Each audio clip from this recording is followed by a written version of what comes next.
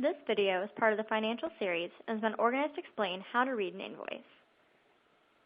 Invoices are sent out any time your chapter is charged for something and will only ever contain one item. The heading contains the Heritage Center's contact information, the corporate logo, and identifying information for the invoice.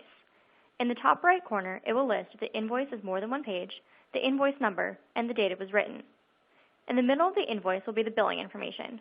Always check to make sure you were sent the right invoice and your address and information is correct.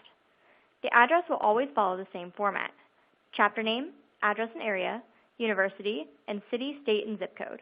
If for any reason your information is not correct, please contact the Heritage Center. The content of the invoice will vary slightly by what your chapter is charged for, but the setup will always be the same. The top line shows a memo for what you're being charged for, as well as the due date.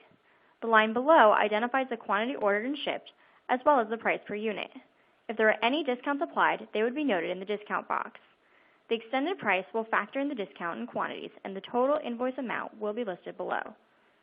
There will almost always be a note on the invoice as well.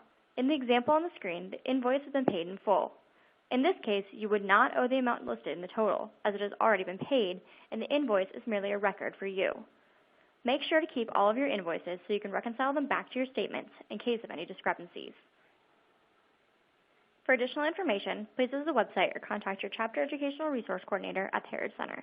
For assistance in determining the coordinator for your region, please visit www.aksi.org/staff.